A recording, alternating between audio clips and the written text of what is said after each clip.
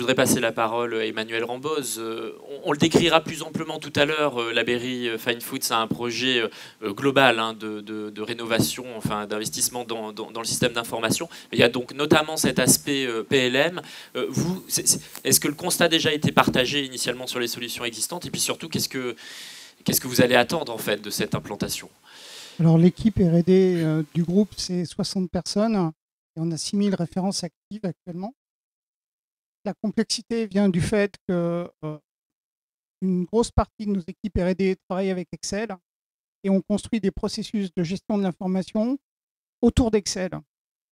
Donc je rejoins ce que disait monsieur tout à l'heure, à chaque fois qu'on change soit une matière première, soit un emballage, ou alors qu'on modifie un grammage d'une matière première, il fallait reprendre tous les dossiers Excel, regarder et veiller à ne rien oublier en termes de fiches produits finis, ce qui veut dire qu'une grosse partie de l'activité R&D était en fait consacrée à la gestion des modifications et à de la saisie.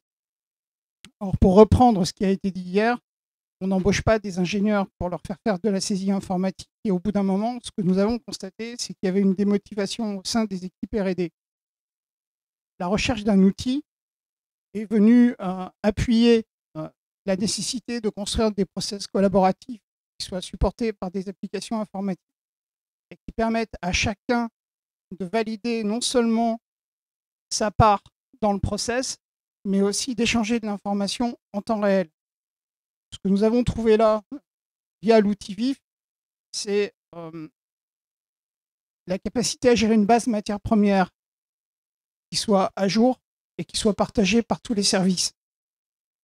C'est aussi la possibilité d'échanger autour de versions historisées de produits, puisque effectivement, nous avons des cycles d'innovation, des cycles de développement de produits qui sont très rapides, avec un faible nombre de produits finis qui vont être référencés chez le client, mais il faut à tout moment être capable de garder la mémoire de ce qui a été produit 1 voire 2 années auparavant, et le process Excel ne le permettait pas.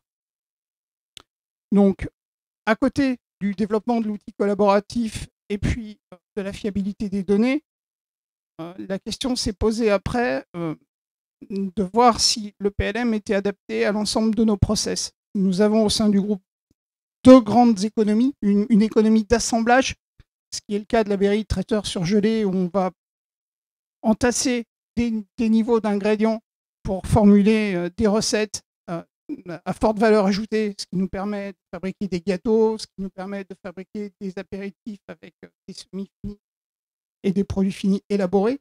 Et à côté, une économie, je dirais, de process où on va prendre un saumon, on va le découper pour faire un saumon fumé 4 tranches que vous allez retrouver dans votre grande surface préférée.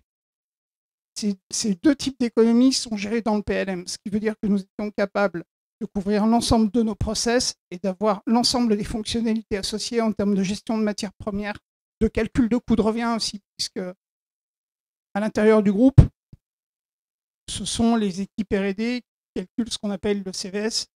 Donc, une première approche du coût de fabrication, une première approche de ce que ça va coûter en termes d'industrialisation.